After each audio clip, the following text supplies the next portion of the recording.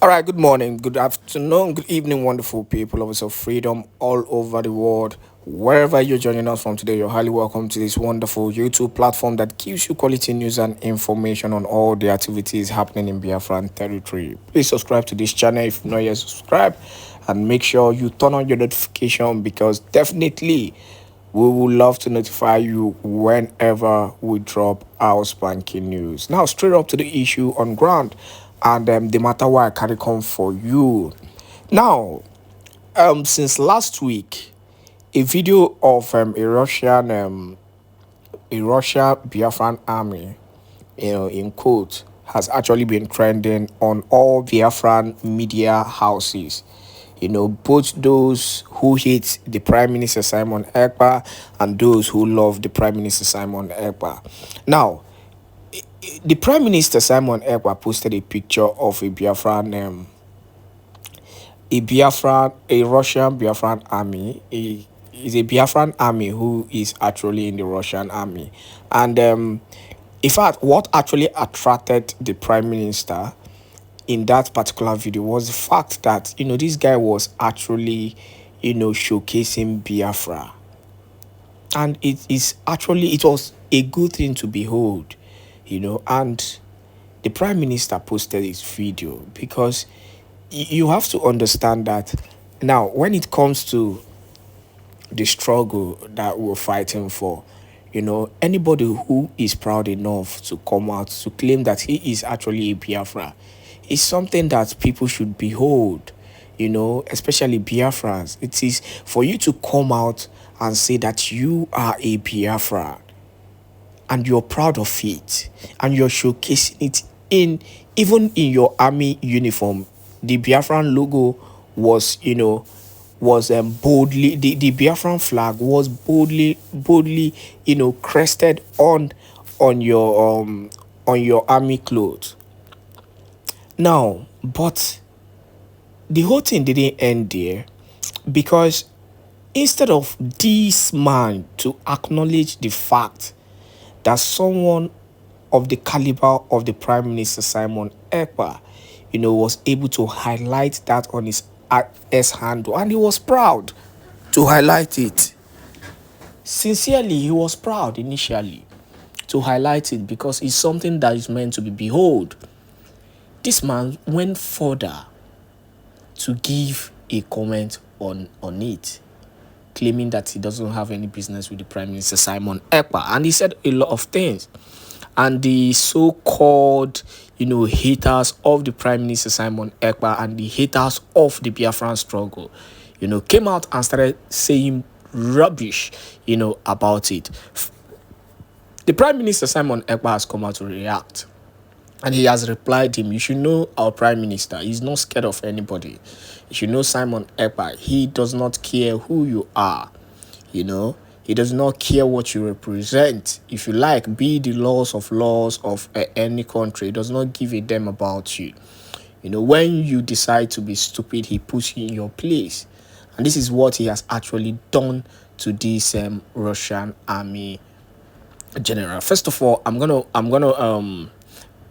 play the audio in quote of the man in question. Then later on, I'll give a brief analysis on what the Prime Minister Simon Èkpá said. Then after that, I'll play a very important video, that has been going viral, especially in the zoo currently. And the Prime Minister also went further to speak concerning this. But first of all, let me play the audio of this particular man. I would hit it this morning. Now, I'm for another one from different blog. So the thing, so I can just say, make video. And when I'm few people, it's just family and friends can on my Facebook. So just help me share this thing. Anyhow you can, just let it get to Simon Èkpá as soon as possible, or to whom it may concern. I'm a proud Biafran, bro. You understand? I don't know you, Simon Èkpá. I don't fucking know who you are, bro.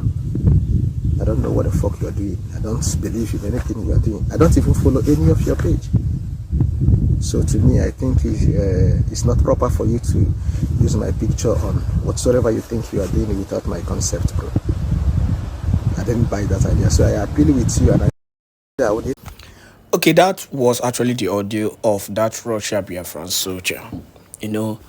But first of all, I believe people are entitled to their own opinion and their own belief, you know, and whatever they feel or whatever they think works for them. But in all sincerity, I wasn't really expecting this from this kind of person, because, you know, when I saw his initial video before even the Prime Minister Simon Èkpá, you know, highlighted his video on his S, and I was actually happy. I was like, oh, someone, you know, a soldier in Russia is actually showcasing his color, his identity, and he's proud of saying, you know, or of believing in Biafra. The same Biafra he is claiming to be, someone actually brought it to the level that it is now. So imagine that the Prime Minister Simon Èkpá did not carry the mantle of Onyendo Nnamdi Kanu and continue the struggle and brought it to the level, you know, where the Nigerian government can even, you know, talk about Biafra, where the world, you know, United States, UK, and other countries, Finland and the rest of them, can actually talk about Biafra. So if the Prime Minister Simon Èkpá didn't bring Biafra to this level, then which Biafra would he be proud of coming out to talk about? That is the big question. So which Biafra will he be proud, you know, to come out and talk about? So my issue here is not about whatever he said, you know, because I believe people are entitled to whatever they think of saying, but he should show some respect. He needs to show some respect to the leader, to the Prime Minister rather, because he was able to continue what Onyendo Nnamdi Kanu has been doing since. So if truly he claimed that he is a true Biafra, in quote, you know, the way he was bragging about it, then he needs to show some respect to the Prime Minister Simon Èkpá. But the Prime Minister went further to reply him, saying that he never made, you know, he never made mention of the comments that the people are saying, because you know how the Nigerian media and the IPOB Nigeria, how they carry their information, because they were even the one who were carrying the whole thing in their head. Some of them came out and said that the Prime Minister Simon Èkpá lied about it, about training a particular Russian soldier. A lot of them said a lot of things, made up stories. And I think that was the major reason why Simon Èkpá came out openly to address that issue. And that issue has been addressed. It has been dead. But the people also needs to know that the Prime Minister Simon Èkpá did not in any way claim that he was training a particular Russian soldier, that man in particular. So that is that on that issue. Now, to the other issue on ground currently is the issue of the comment that, you know, the zoo government and their cohorts made concerning the Prime Minister Simon Èkpá. I want you to watch this video, you know, this audio video in quote, and go to the comment section and give me your own input or what you think, you know, concerning this issue, because it is now a very critical issue and all Biafrans needs to address. See the way they are carrying the Prime Minister Simon Èkpá on their head, as if he is the problem of he is the person causing the insecurity in the southeastern part of the country. Bandits went to a particular church in Niger State currently, and massacred innocent people. You know what happened at Okwama community recently? The so-called military that are meant to be protecting life and properties of innocent people have been fighting the people that they are meant to be protecting, massacring, buying innocent people on daily basis, destroying properties, destroying lives. They are not addressing it.